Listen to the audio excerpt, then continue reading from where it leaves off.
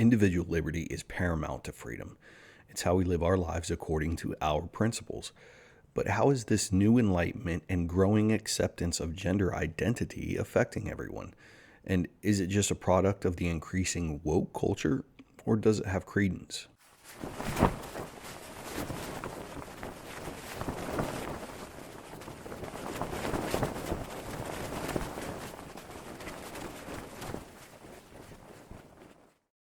First off, if you are offended that someone born with a penis wants to be referred to as she or her, or someone with a vagina be referred as he or him, then you do not support the tenet of individual liberty, but would rather the world cater to only your perception instead of recognizing the robust individual characteristics and preferences within each of us. Sure, you could spin the logic that your preference precludes you from recognizing someone else's gender preference, but that doesn't make you some hero to normality, but an agent of conformity. The libertarian stance, and moreover human nature in general, should always err on the side of NAP, or the non-aggression principle. Meaning you have every right to swing your fist up until the end of my nose, and there's nothing aggressive with a person's gender preference, or the developing understanding of gender identity and gender expression. So claiming that the use of preferred pronouns is threatening another's principles is unfounded. Look, I'll be the first to admit I don't understand a ton about this topic, but I continue to learn. And my lack of gender literacy, as well as maybe some of your lack of understanding, should not dictate those who are gender non-conforming. So, if you refuse to use someone's gender preference in regards to liberty, you're just being a jerk.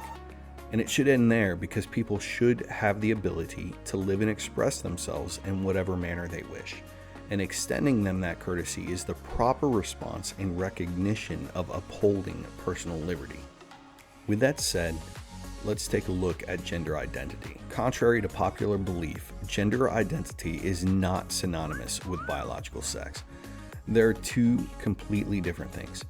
This is a vital recognition in efforts to better understand these dimensions of gender. Biological sex, also known as assigned sex, are the physical characteristics which constitute the male or female version of our species. There are numerous traits such as muscle mass, shoulder to hip ratio, bone density, mammary glands, but it usually comes down to the X's and Y's and whether or not we have dangly bits. When we are assigned our sex at birth, it's not a random assignment or some declaration of ambiguity of the male or female version of our species, but the designation based on accepted biological evidence.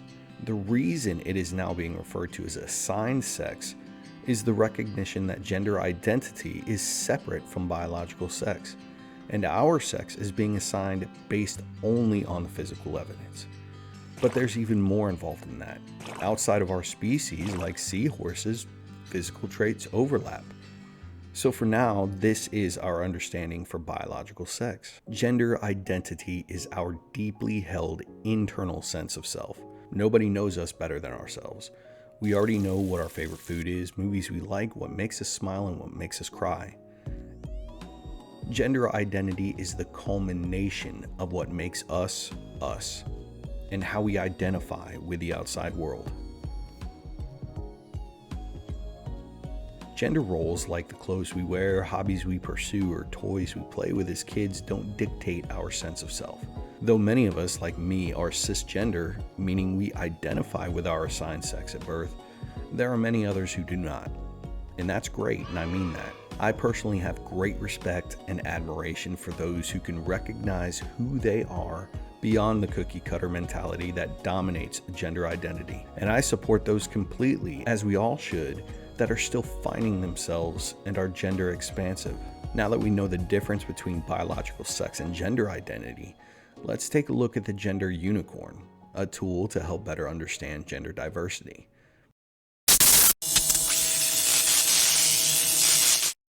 We've discussed gender identity. It's how we know ourselves to be. Those who are transgender do not associate themselves internally with their assigned sex. And who are we to question that? Again, only we know who we truly are. Gender expression is how we outwardly show ourselves to others. It's a balance of our internal self and how we wish to project it.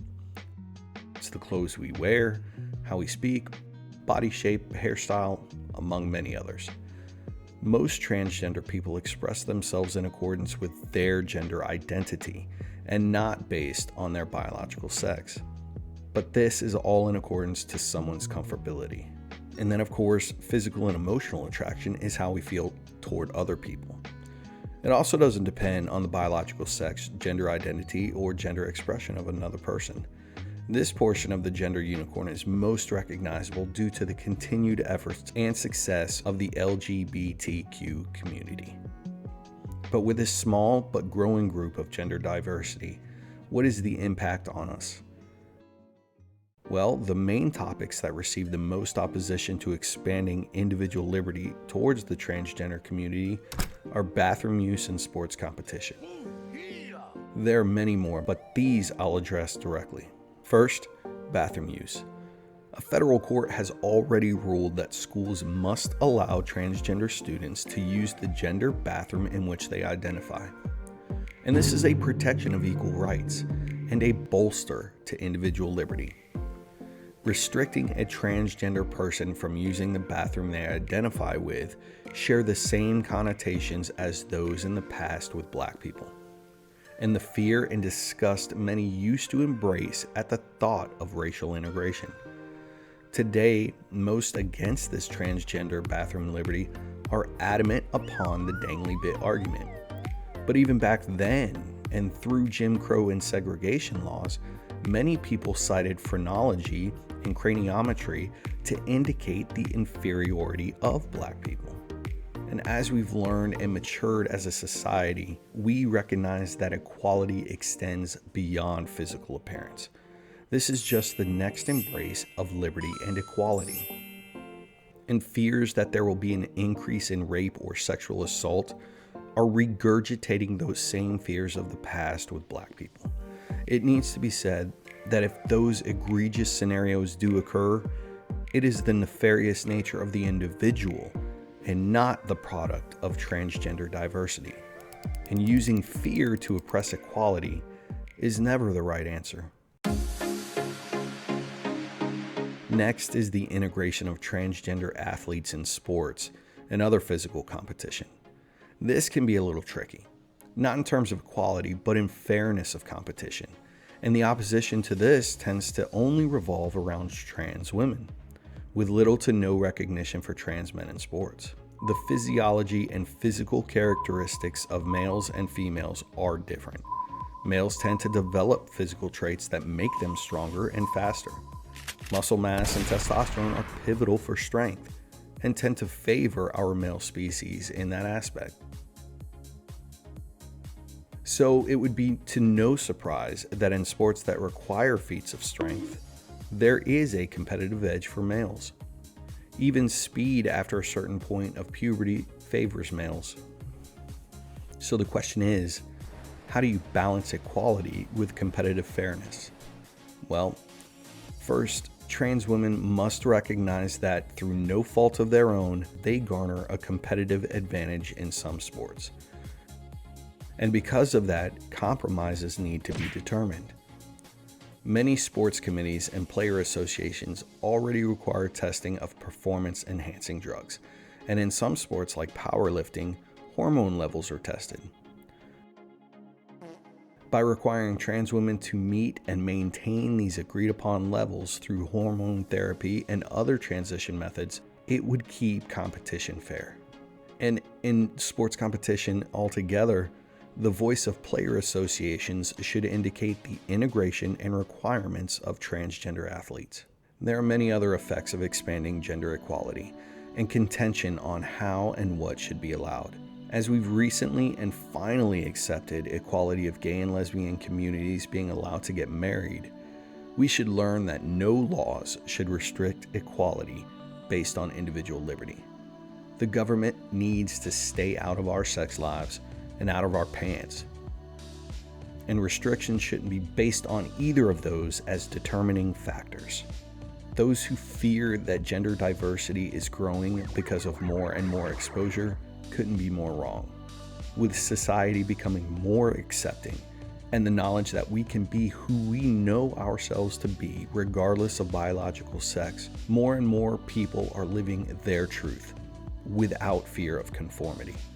And rejecting someone's sense of self based on our own preconceived notions is an oppression to those who are different and just plain intolerant.